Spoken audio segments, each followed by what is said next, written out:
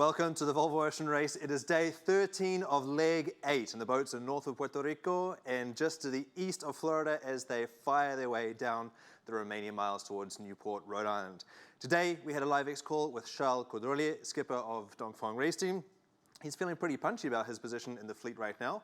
Also, I spoke with Brad Reed, Director of Sale Newport, and he's going to be giving us a little bit of a preview about all of the exciting things that are waiting for the fleet and the sailing fans when they get to Newport. However, let's start off with a bit of a poll here. Now, this is something that we haven't tried before, but we are going to ask you to write in, using the hashtag codes that we've previously used for the competition, to vote for who we have a live X call, who we have a Skype call with tomorrow. So in the comments below, and this will only happen for the live audience today, so if you slept in, well, sorry, you're out of luck. So these are the four letter codes that you need to put in the comment boxes below, both on Facebook and YouTube. And well, we're not outsourcing here. We do want to have a little bit of a play with you. If you want to hear from Turn the Tide on Plastic, to hear what happened and how they lost the lead. If you want to hear about Vestas 11th Hour Racing and their challenge to the current leaders out on the right-hand side, well, you know the codes to use now. So first, vote during the course of this transmission. Also, send in what questions you want us to ask them tomorrow. So we'll be checking in with that a little bit as we go on to the show, but let's check in with the live positions about where the boats are right now at this moment.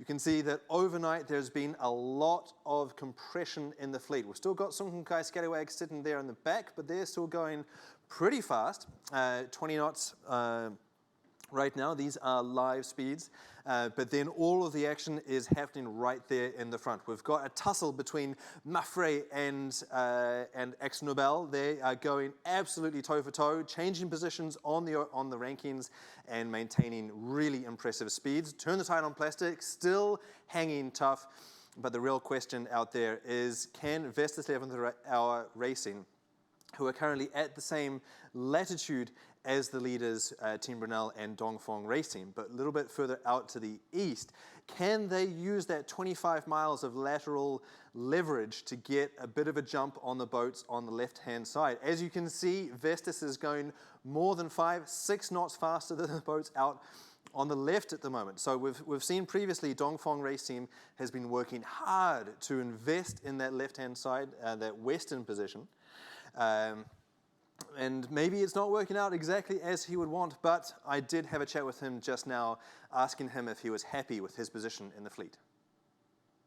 We would prefer to be ahead, but well, we were a bit disappointed. We were hoping that being west will pay more, but yesterday and the day after we had bad cloud, I don't know, and we lost a lot of our gauge to west, and we would have preferred to keep it, but it looks like there was more wind on the weather side, so it's not too bad because we have a good speed and we come back very close now. So watching what is going to happen ahead of us, his lead of 4 miles now. I think I lost the signal, but his last 4 miles now is nothing. And so yeah, we are happy about the position. Could be worse for sure. So regarding Team Brunel, you're only 4 miles away, but you have no gauge. You have no lateral separation now, so you can only beat them with boat speed. Do you feel confident to do that? For the moment we are much faster, but I think they are also getting less wind in first. They are very strong in terms of speed, but you know, there is plenty to do. There is a jibe decision, probably some peeling in the night in the strong wind can make a big difference. Good peeling, a bad peeling, and after there is lots of transition and side shows to do and maneuvers. So yeah, it will not be only about speed for sure. And I think also that Vestas will end up very close, and we hope that he's going to pay his position in the east with less wind, but they have a better angle, so I don't know. We hope that we are going to be able to make a good break with Vestas, and the rest of the fleet, like that, we will be able to play with Brunel. That's my main concern now, and Brunel in the second time. And the finish line is quite tricky, and no wind, and you have to make a choice between north or south of the exclusion zone. and unfortunately it's not really clear, and I imagine it can be make big difference if you are in the south, and which seems to be the faster route. If you are ahead and the wind stop, then you can be in big trouble for a guy going north. So yeah, it's still a long way to go and lots of questions. We have seen Mafre suffer with technical problems on this leg, and I just want to ask, now that you're coming down to the last 3 days of racing, are you at 100%? Yes, we are 100%, and yeah, we have no problem. Everything is clean off the board. The only problem we have is a small hole in your masthead, and we fix it. So Dongfeng race team still in perfect condition. So just 930 miles in a straight line remain to sail between Dongfeng race team right now and the finish line in Newport. Let's have a look at what remains in store. I've got my trusty digital finger painter at the ready so we can project forward, and you can see that the boats are going to be charging northwards, basically heading up towards Bermuda. And then the key moment here in about 24 hours time is when do they jibe, and whether that 25 miles lateral separation with Vestas 11th Hour Racing is going to come into play.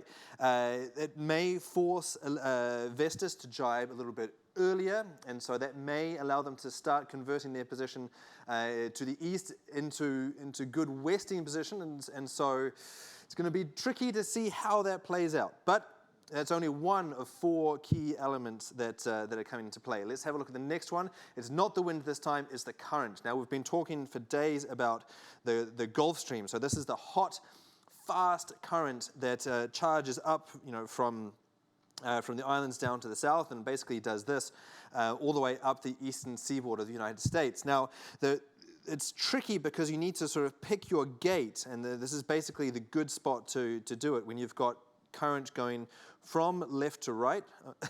I'm not playing tic-tac-toe here. I am just demonstrating the good place to cross the Gulf Stream, because the bit that you want to really avoid is this bit right here. You can see that as the flow sort of eddies around in circles, you've got quite a strong flow that is directly against the direction of the boats, and so that's the bit to avoid. You're going to be looking at crossing a little bit around here. But the tricky thing when it comes to navigation is to incorporate that left to right push into your projections about where you're going to end up. However, so that's point 2 coming up. Let's have a look at point 3. We've got a bit of a cold front. You can see that shift in the winds there, but then as we fire in towards Newport, well, the final element comes into play. As we approach Rhode Island Sound, this area right here between Martha's Vineyard on the right and Block Island on the left, you can see that there's this big exclusion zone here. Now that is 17 miles across, east to west, and once you're on one side, if you choose the Block Island side, you can't sail through it to get to the other side. You have to sail around it. So we're going to be seeing the boats picking the side that they want of this box, sort of back here, back sort of 30, 50, maybe even 100 miles beforehand. And so the navigators are going to be really stressing, particularly because you can see that the wind is doing all sorts of craziness around here, that it's sort of splaying out in all kinds of directions. It's very confused. But in having to commit to the side of the box that you need to sail around from so far away, wow, I would not, frankly, like to be a navigator in this race at the moment. However, all of the slowdown means lots of questions, but also lots of opportunity. And there's one man waiting to pounce on that opportunity. It is Xavi Fernandez on board Team Mafre. Well, about the 1,300 miles to go to Newport, and here we go. We keep pushing the boat as much as we can, waiting for some compression to happen. This morning, unfortunately, we had a compression from behind, and we didn't have a very good sked, and Axel Nobel came from behind and gained quite a lead on us.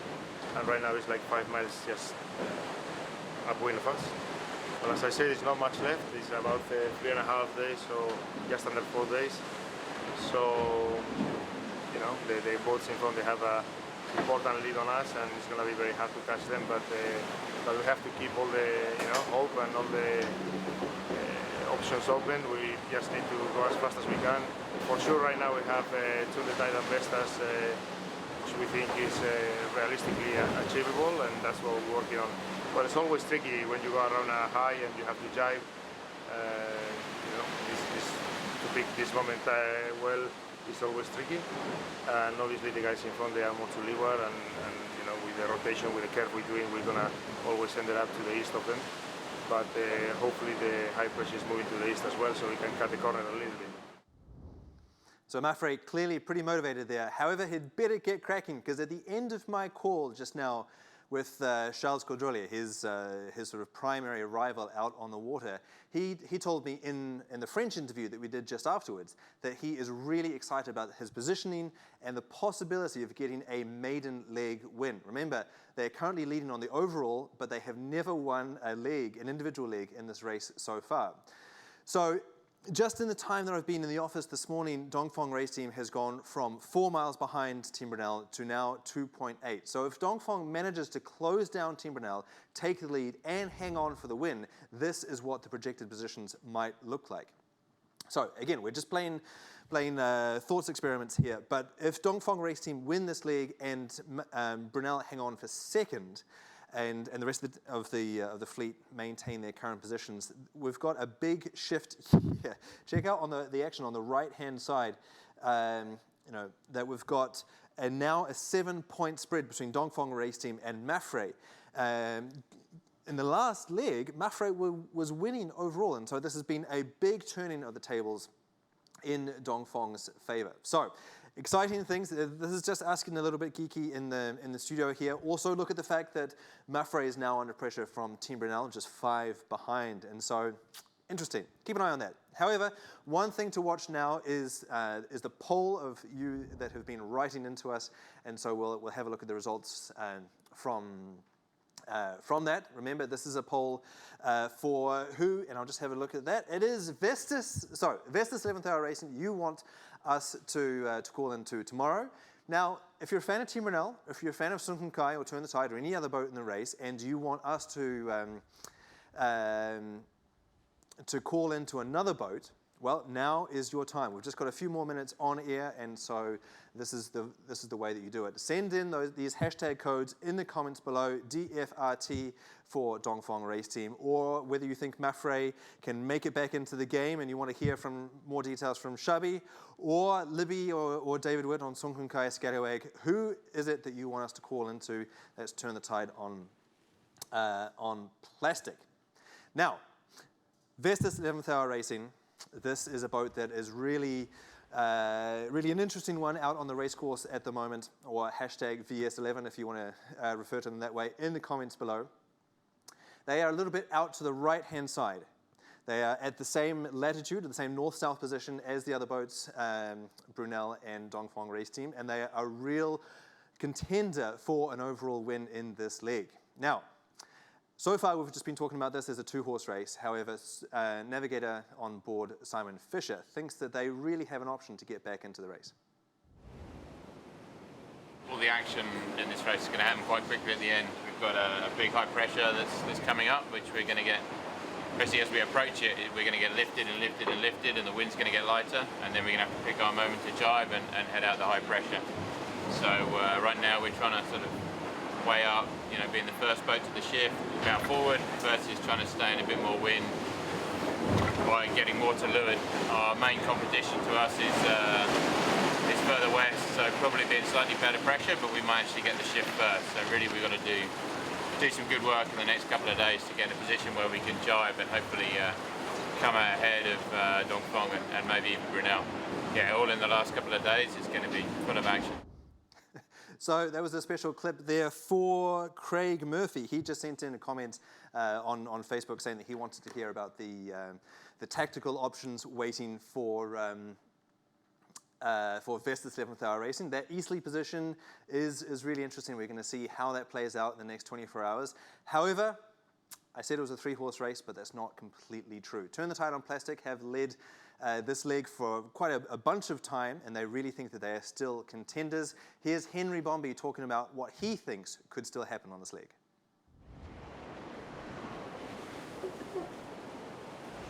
Yeah, last 3 or 4 days have been a drag race really.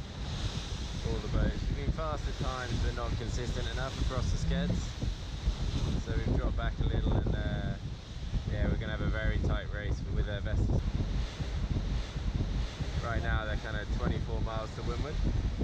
We've got about a 7-degree shift in their favour to come. So right now if they jibe they'll be 24 miles behind us, but I think by the time the shift comes it'll be pretty close. So just trying to be fast and keep fast across the skeds and see where we end up when the jibe comes in 2 days time.